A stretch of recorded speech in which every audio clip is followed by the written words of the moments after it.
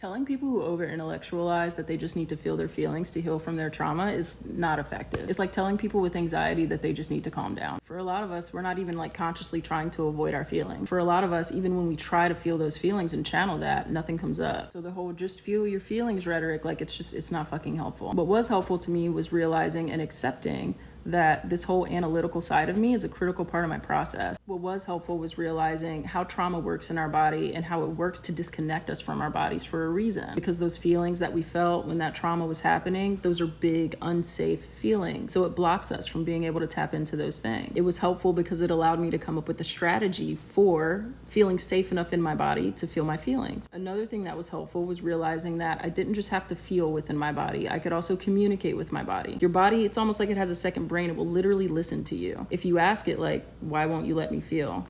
It'll answer you. I've asked my body that before, and the immediate thought up in my head was, it's not safe. It's not safe. It's too big. What if we lose our shit? And then out of respect for my body, I can say, all right, well, that's valid. If it's too big, I believe you. Maybe we can come up with a way to take baby steps. Maybe we can come up with a game plan for what we will do if the feelings do get too big. Maybe we can ask someone for support to check in on us in an hour because we're going to sit down and try to feel our fucking feelings right now.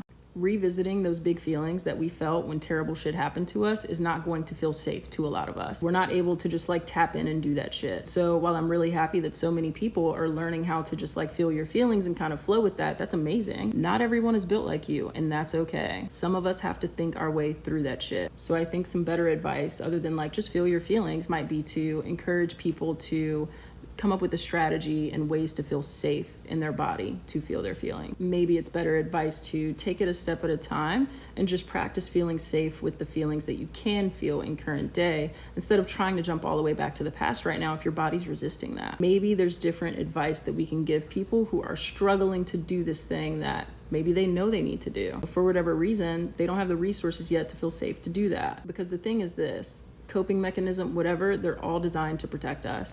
They're all designed to keep us from going over whatever edge we're afraid of going over. So telling people like, oh, you just got to feel your feelings, like that's kind of just shaming. And it's encouraging people to not trust that that coping mechanism is there for a reason. Maybe they're meant to intellectualize their way into feeling their feelings. Maybe their body needs that kind of support from them in order to open up. There's nothing wrong with using your brain to develop a relationship with your body that feels safe enough to lean into. Don't stop intellectualizing them, just channel it in that direction.